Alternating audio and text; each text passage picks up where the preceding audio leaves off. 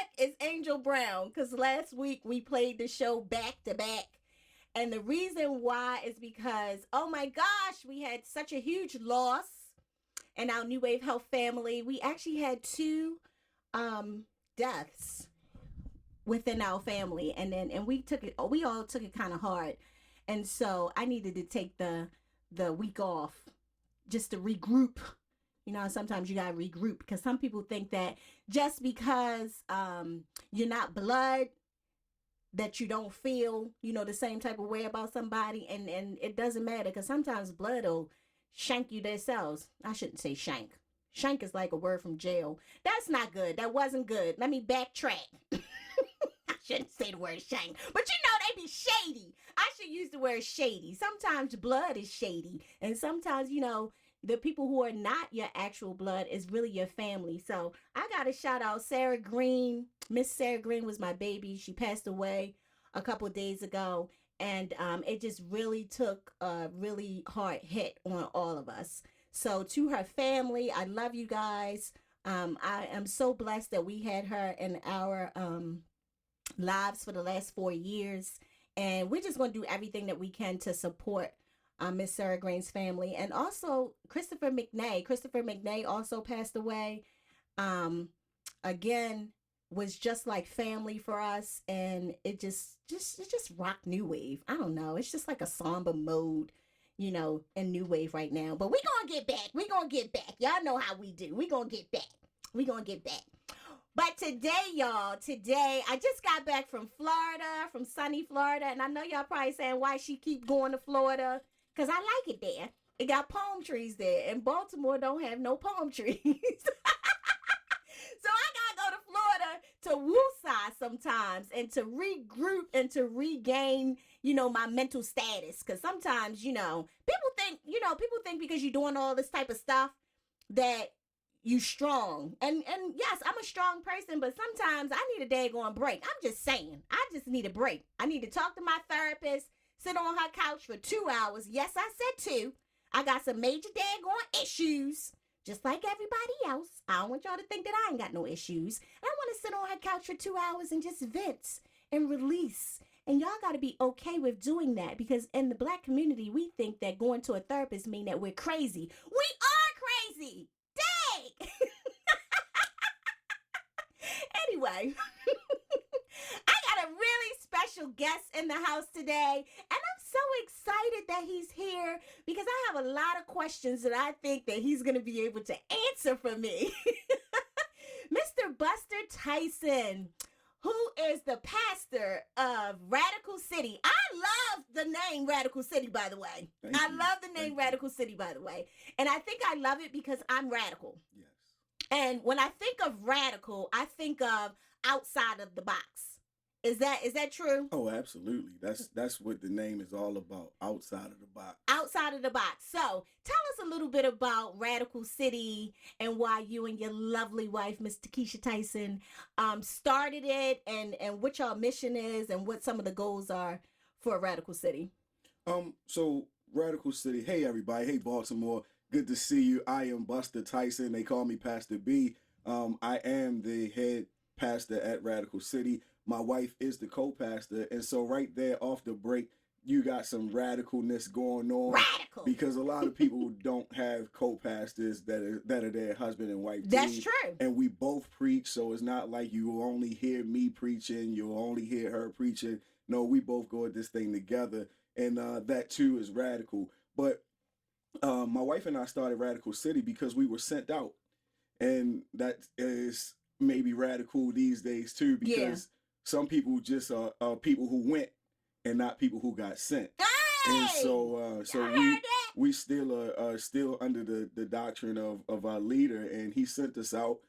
He was making some changes in his life. He left Baltimore, went to another place, and he said that it was time for us to go. God told him it was time for us to do our own thing. And so we began Radical City. We started with 10 other people and myself in my living room. Really? So it was 11 of us in my living room. And it was great because I didn't want it to be 12, because if it was 12, one of them could have been a Judas. And so I decided that 11 was a great number to start with. Now I got a question, because for those of us, because I'm in the very beginning of the Bible, where Noah had an ark. All right, where they built the ark. Are the type of person that we love.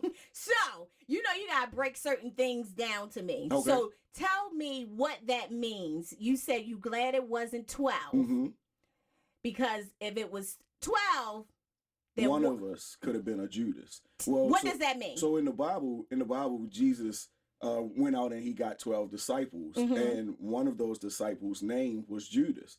Out of these 12 disciples that he had, it was one that ended up betraying him. And Jesus even ate bread with Judas at a table right before it was time for him to go and get crucified. But he said, one of you is going to betray me. And he said he dipped the bread into some dip. You know how we like some dip, right? Yeah, I love Spanish dip and crab dip. That's right, yes. That's right. Him and Judas dipped some bread at the same time, and he said, now I know which one of you it is. And so it was 12 of them. And I always tell people when I go out and speak That's that powerful. Be careful, because one out of every 12 of your friends probably is a Judas. I'm about to write that down. Because I'm sure I have some Judases that be around me. Oh yeah, if you consider 12 people a friend of yours, then I'm sure one of them is a Judas. I'm telling you, but you see how you broke that down? See, I need like clear, like English. I can't do the thou, that, all that. I need like clarity. Yeah. Because sometimes that's why people like myself don't really want to go to church, right? Understood. Because when we get to church and people are saying things that we don't understand, right, and we don't clearly get it, yeah, and then sometimes we lie. I used to be the person that like in church when they said if you got, they tell you what chapter to go to, right, chapter 1 verse 10 right. something, right? Say amen. Say amen when you get it. And I'd be like amen. Lie my Still looking. Lie my tail off. How you gonna lie in the church? I'm lying in the church. So sometimes I need for somebody to break it down to me. You got to teach me like a child, but don't treat me like a child. You know what I mean? Absolutely. And so I appreciate that, because now I'm gonna be looking for these daggone 12s. I'm gonna be looking at when I count down them 12s. I'm gonna go down that line. Let me stop y'all. Look, the thing about it is that what we don't really understand is that most of the time the Judases in our lives, we don't have to look for them. They show themselves. Ain't that the truth? But preach. But oftentimes we ignore certain signs that we see. We do. Right. We do. We go about it. Some of us, all right, I know there's a lot of Baltimore people out there listening, so they'll know when they talk about their family and they be like, oh, that's just so-and-so. That's just the way they act. True. You know what I'm saying? Facts. Because a lot of times we dismiss it because we've been a part of it for so long. That's true. Right? It is a family member, is a close friend, is somebody who you know. Right. And you're like, oh, that's just how they act. Well, people have to change how they act according to the sceneries that they're in. Yes. And if they don't, then that's always the true them. They show themselves every single time. Every single time. You don't have to look for Judas. Judas going to tell you who he is. I'm telling you, you Judas out there. Reveal yourself. Okay. So listen. Hold on though. Okay, tell me. See, don't get me started. Because here's the other problem. The other problem is that we concentrate on Judas, but we don't concentrate on the other 11. What about the 11 good people in your life? That's true. What about the ones who they're holding you down? What about the ones who you can call in the midnight hour? What about those? Don't concentrate on Judas. Why concentrate on the stuff that ain't doing you no good? I once said that some people in your lives don't mean you no harm, but they can't do you no good. Don't concentrate on the people who can't do you no good. They don't matter. Concentrate on the 11 that will work for you, that will grind with you, that will be there whenever you need them. Yes. And you concentrate from that space. You concentrating on Judas will make you a Judas. Oh, I ain't no daggone Judas. Okay? I get it. See what I mean? I like that teaching. We need more teaching like that. Is that what people can get if they come to Radical City? That's what you will get if you come to Radical City. If you listen to Radical City, if you watch Radical City. We're on YouTube, we're on Facebook, we're on Instagram, all handles of Radical City, and it's Radical City, Baltimore. If you get confused, there is another Radical City that is in Virginia. But they the fake ones. It's Oh, I'm not talking about anybody. But we are Radical City Baltimore. But you can find us all over social media with Radical City as a part of our handle. But that's what we do, right? Yeah. Because at Radical City, we believe that we're going to be a transformation hub. Okay. And so we don't even expect that people will come and stay all the time. Because if you have a hub, then you know that in hubs, people come and go. Yes. It's like UPS, right? Absolutely. UPS is a hub. Yes. So you get trucks, they come in, they grab their packages, and they leave, right? They go to their next destination. Well, we believe that Radical City will be that type of place where people come in and receive the healing that they need, receive the knowledge that they need, receive the information that they need, and then they're going to go on to the next place that they're called to go. And it's also like a hospital. Yeah, right. Absolutely. Churches should be hospitals. They should be. But oftentimes you get churches that you go in there and you get sicker. Let me tell you. Before you went in. Yes. Right. I'm glad you know that. Oh my goodness. But we trying to heal some folk. And you know what? I like that you said that it's a hub because it's a season. Everybody has a season of when they need certain things. Absolutely. And so most churches that I've gone to, a lot of times are very judgmental, is all about, not healing people. I'm just saying, not healing people. And I think that when you focus on the healing of the minds and the hearts and the soul, that you'll breed a better person, whether they stay at that church or not. You know what I mean? Yes. It's time for them to move on to something new, to something different, and not take it. Whereas, because you have some places that if I'm a member there and I decide to leave and now I'm going to your church, oh man, they crucify you for that. Right. It's like you a traitor. Absolutely. I was like, what? This ain't no mob. You know what I mean? Absolutely. But they make it like that. They do, and it is a shame that that the body of Christ has kind of represented itself like that, because we treat our churches like they're cults. Yes. Right. And that's a problem. That's a problem for me. That's a problem for my wife. It's an issue. Radical City is about really transforming things back to the way Christ wanted them to be. We don't necessarily do church inside of our building every single week. Sometimes we go out and do church in different places. Yeah. I just did church in the Bahamas this past weekend. It's changing atmosphere. It's about us getting out and doing. Christ didn't have one building that he went and spoke in. Christ went and spoke all over the place, and he walked. Church with no walls. Church with no walls. Yes. But even more than a church with no walls, we want to be people with no pain. Yes. Right. I'm just hurt that so many people come to the place where they supposed to get healed at. Yes. And get hurt more. They do. Get more damaged. Right. The pandemic afforded people the opportunity to walk away from church. Yeah. Because people was like, man, I'm tired of this place. I don't like going here. Yep. And then when the pandemic hit, it gave them the pass to never go back to church. It was the perfect excuse. And so, even though I ain't never go to church before the pandemic, I'm just being honest. I'm gonna start one of these days, but I didn't. And that's understandable too, right? But for those who were going to church, it gave them the opportunity to leave without the persecution. Yes. Without nobody being like, hold on, where you going? Right. And so one of the points of Radical City is for us to bring people back into the church, because the assembly is an important part of what Christ did. Most times it was an assembly that was around Christ. He wasn't out there preaching to himself. That's true. That's true. He was preaching to people because the people need the word. Yeah. And the preachers need to be sent so that the people can be preached to. Right? And I think we have that covered. So if you're looking for a place to try. Yeah. If you put that plug in. If you looking for somewhere to just give a shot, right? And be radical. Yes. What does radical mean? You don't gotta come and be suited and booted. You don't. What you do I ain't not. gotta wear the big hat. What does radical mean? Radical mean that if you want to wear a hat, you can. Okay. While you sitting in church listening to the word.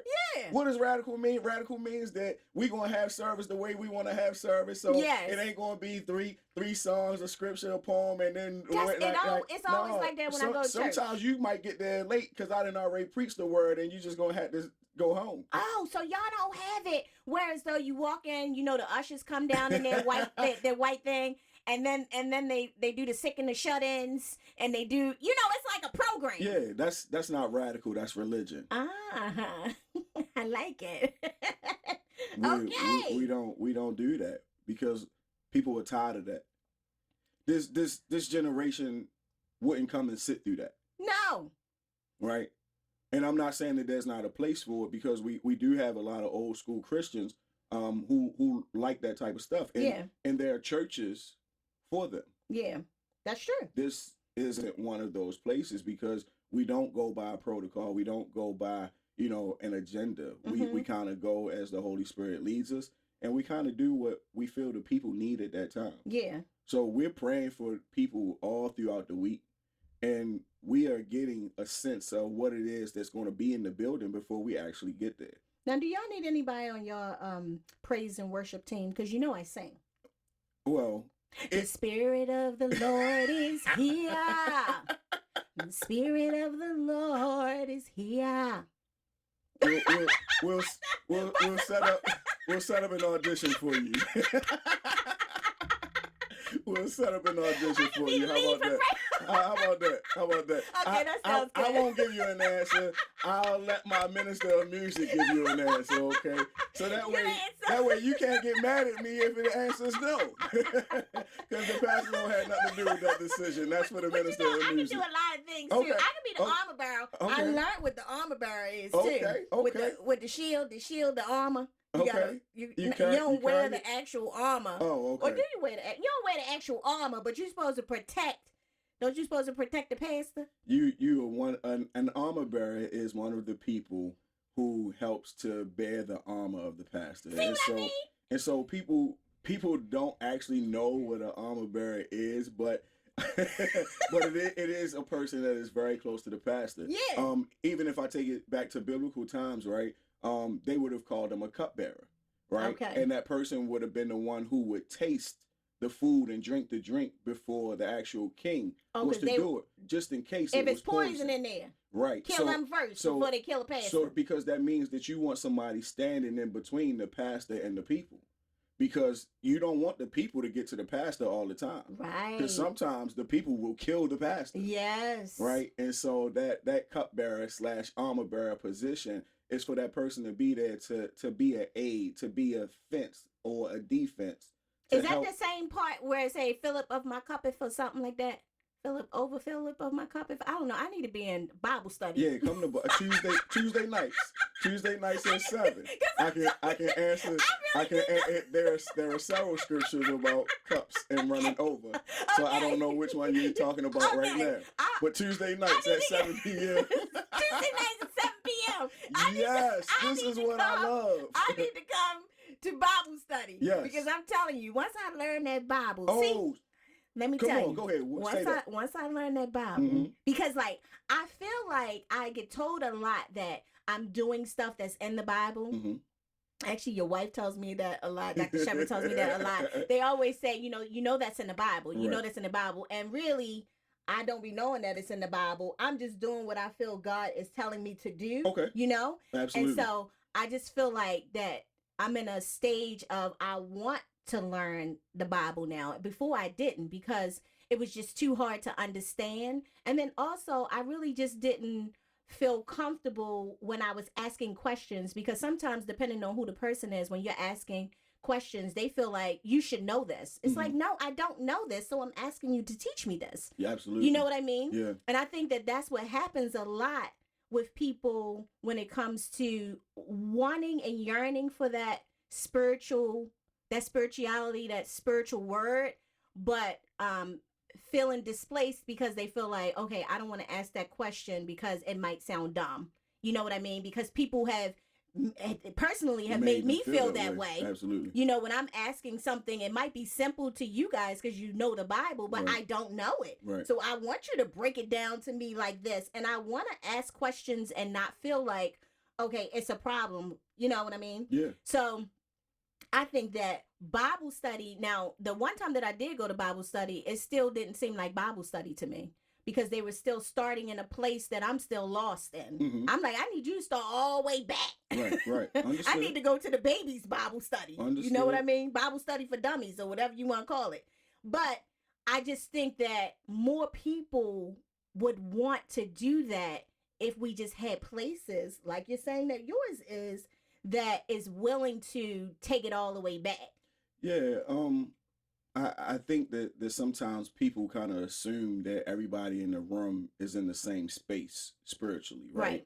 And so, and sometimes that happens over time, right? Because if you've pastored a church, then you will get to a mental space where you probably know kind of what your congregation is made up of because you know the people. Yeah. But I feel like even in that space, you getting back to the basics of everything is most important, because you don't know that just because people been in church for 25 years, if they've learned anything or not in those 25 years. Right. They could have been like you, sitting in church, faking it till they make it. Yep. And saying, yeah, that was me. Yeah, I'm there. Amen. I know where this book is. And yet they still don't know how to flip the pages of a Bible. Yes. Right? And so what we believe is that starting from the top is the only way to teach everybody in the room. Now, some people might be bored at the beginning, right, because they like, oh, I already know this. Right. But some people gonna get some revelation at the end where it's like, oh goodness, I never knew how it connected. Right. And so I think that's important. You gotta teach everybody in the room. You probably been in some rooms where there have been people from different facets of life. Yes. And so you know that there are some places and some people that, like, all right, they might get it, but they ain't. Yeah. So in order for us to all be on the same page, we got to tell the whole story. You got to tell the whole story. And it's crazy because, like, at one point in my life, I was having, like, a little struggle because I was with the Jewish community a lot. And so they were teaching me Hebrew. They were also teaching me, their first 5 books, right, their first 5 books.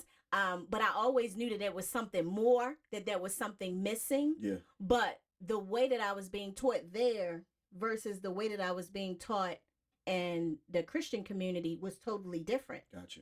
They broke it down to me like a science. It was like, it was like a business for them.